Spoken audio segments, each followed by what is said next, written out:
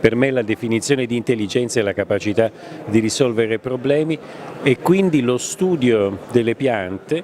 ci permette di avere una infinita varietà di soluzioni da utilizzare per i problemi dell'umanità a cui prima non avevamo pensato.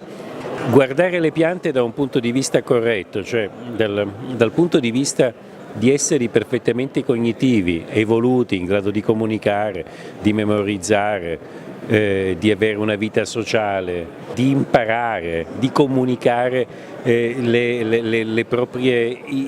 impressioni alle altre piante, ci permetterebbe davvero di, ispirandoci a questi esseri viventi, di avere una possibilità un pochettino più seria di sopravvivenza per il nostro futuro, per noi. Le piante sopravviveranno, siamo noi che abbiamo dei problemi.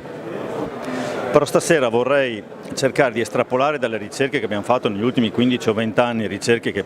riguardavano la resistenza allo stress idrico, la capacità della radice di cercare l'acqua,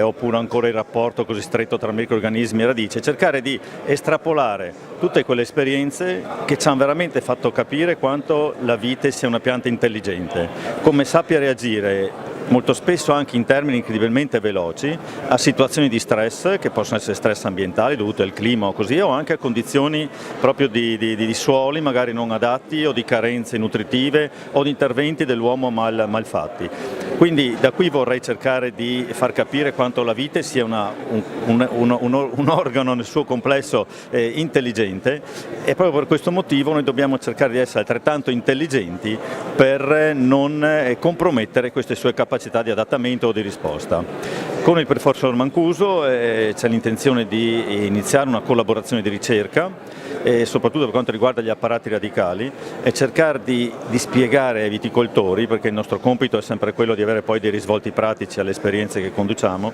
che se trattiamo bene la vite, se la facciamo star bene, se pensiamo soprattutto al suo benessere,